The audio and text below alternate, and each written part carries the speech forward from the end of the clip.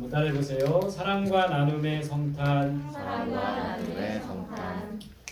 성탄의 주인공 누구시죠? 예수님. 이것을 우리가 알려야 됩니다. 또 전해야 돼요.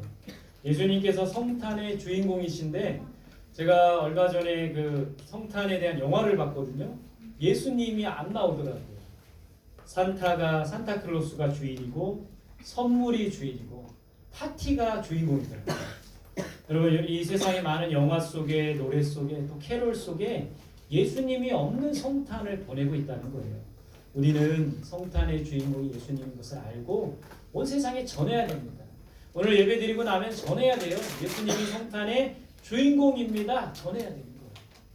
특별히 나눔이 있는 성탄이 되었으면 좋겠습니다. 한 주간 제가 나눔을 실천했어요. 여러분들에게 나눔의 성탄이 됩시다 말만 하지 말고 제가 한번 나눔을 실천해 봤어요. 그래서 한 게 산타 양말, 여러분들에게 드리고 교회에서 드리는 이거 과자를 많이 사다가 우리 운동하는, 우리 추운 날씨에도 고생하는 우리 석교초 야구부 아이들, 이거 저기에다가 이렇게 빛으로 오신 예수님 스티커를 붙여가지고 보내주었습니다. 그래서 아이들이 이걸 들고 너무 행복해하는 그런 모습을 보게 됐어요. 또 성탄 커피를 열심히 만들어가지고 또 스티커를 붙였죠. 기쁘다 구주 오셨네.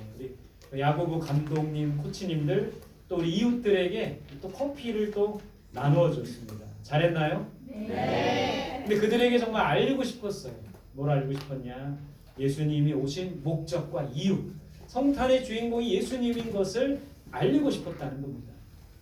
또 우리 아침에 우리 저희 아파트 앞에서 경비 아저씨가 추운 날씨에 굉장히 고생하십니다. 자동차들이 안전하게 출입할 수 있도록. 그래서 따뜻한 꿀물을 사다가 전해드렸습니다. 또 네 번째는 아침에 성원교회 성도를 만났어요.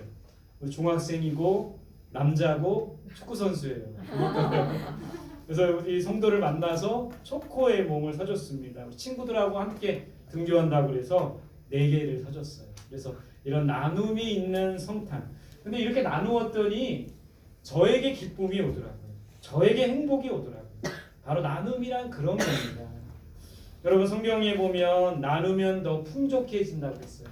구제하여도 더욱 부하게 되는 일이 있나니 과도히 아껴도 가난하게 될 뿐이다. 여러분, 더 많이 나누니까요 더 행복해지고 더 기쁘고 더 풍성해지더라고요. 제가 한 주간 이렇게 나눔을 실천했더니 여러 사람들이 또 저에게, 또 우리 교회에게 헌금도 주시고 또 물질도 주셨어요. 청북교회 사회선교부에서 우리 교회에 구제 헌금을 보내주셨습니다. 또 아는 분이 불우이웃 돕기를 하라고 제 통장에 돈을 보내주셨어요. 또 아는 분이 우리 가족들 연말에 맛있는 거 사 먹으라고 돈도 보내주시고 사과도 보내주셨습니다. 제가 베풀고 섬긴 것보다 최소한 10배 이상으로 더 채워주셨어요.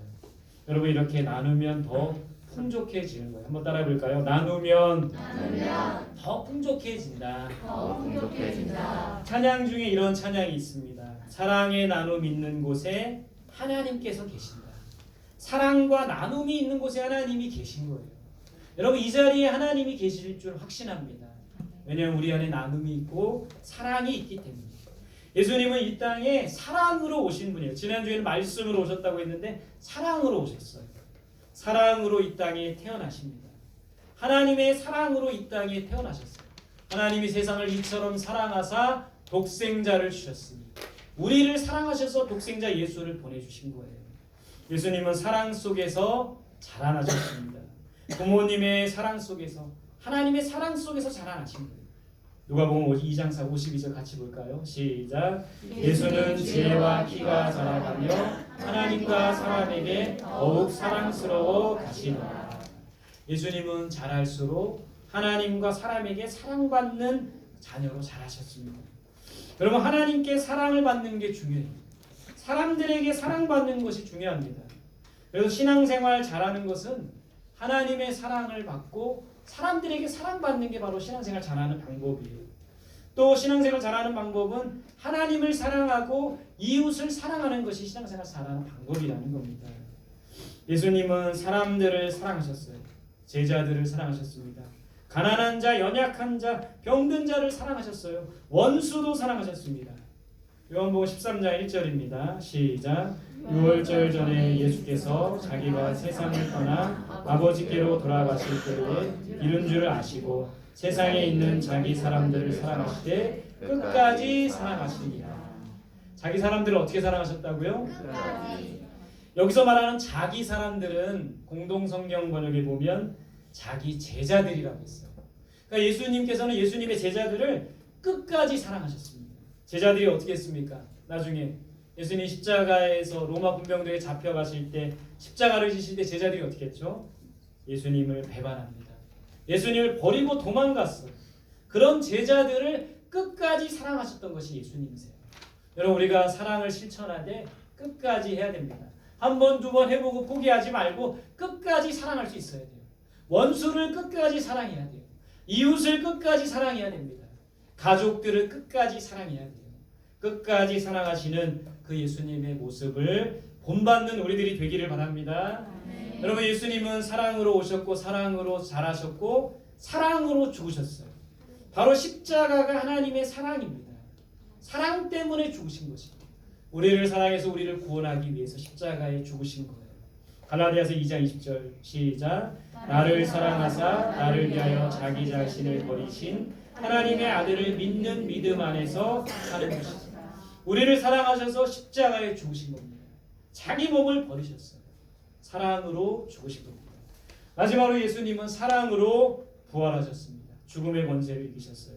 예수께서 이르시되 나는 부활이요 생명이니 나를 믿는 자는 죽어도 살겠고 살아서 나를 믿는 자는 영원히 죽지 아니하리라. 여러분, 예수님은 왜 부활하셨습니까? 예수님을 믿는 자를 사랑하셔서 그들을 구원하기 위해서 부활하신 거예요. 예수님의 삶은 사랑하기 위한 삶이었다는 겁니다. 예수님의 삶을 정리해 보면 하나님의 뜻을 이루는 삶이었어요. 십자가를 지시기 전에 겟세마네에서 나의 원대로 마시고 아버지의 뜻대로 되길 원합니다 기도하셨잖아요. 예수님의 삶은 십자가의 삶입니다. 나를 따라오려거든 자기를 부인하고 자기 십자가를 지고 따를 것이다. 예수님의 삶은 이타적인 삶이에요. 남을 위한 삶입니다.